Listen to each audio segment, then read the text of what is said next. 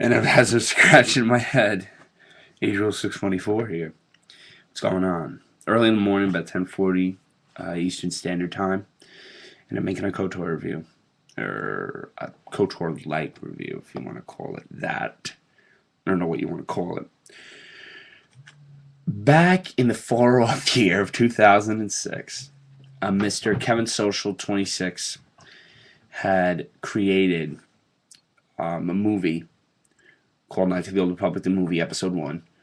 It wasn't, it was really a work in progress at the time, and had a lot of rapid changes to it over the course of its making, because halfway through it had stopped, and Kevin needed to make more footage because he didn't think that anybody would actually watch this. He kind of made it for, I believe, more or less of a kind of like a gag, but it became so big amongst KOTOR fans, especially me, that we demanded him to finish it, because the different use of camera angles, story arcs within the characters to make them seem more larger than life was a really great innovation, and it done so much for everyone. So that had come out in 2006. It had taken place through Taris to Kashyyyk, which is, for that you go through Taris, Davik Kang's exchange building, or exchange home base, and then you go to Dantooine and then to Kashyyyk. But even that, it seemed longer than that, and that's pretty short, if you know how to play the game. But he made it longer, and made it worth something. That, I believe, that whole thing took about a year to really make. A year, because it wasn't, it was okay for what it was, what it started off to be. And it got such a big following because every KOTOR fan was like, this is something new. This is something great for our fan base. We don't, it's not about playthroughs anymore. It's not about mods. It's not about anything. It's about watching the game, watching somebody take this story and twist it and make it their own. And Kevin has done that very, very well. And it's very impressive to see such a guy, take this story that we've all played through, and make it something great. 3 years later, he comes out with Part 2, Veil of the Dark Side, in 2009. So, wow, that was a big, that was a 3-year gap. There's a 2.5 year gap. And that took a while. Everybody was like, when's it coming out? Oh, you keep releasing these trailers. Is this actually going to come out? And when it did, I'd like to say it did well. And in my mind it did. But I don't think the impact of it had as much impact as the first part in terms of shock value. But it did tell the story of Manon very, very well. It told that story, extremely well. And it had led up to, I believe, when Revan, because when you finish 2 planets, 3 actually, he finished 3 planets at that point. He finished Tatooine as well in the second part. So he'd finished Manon and Tatooine, and had done a really good job.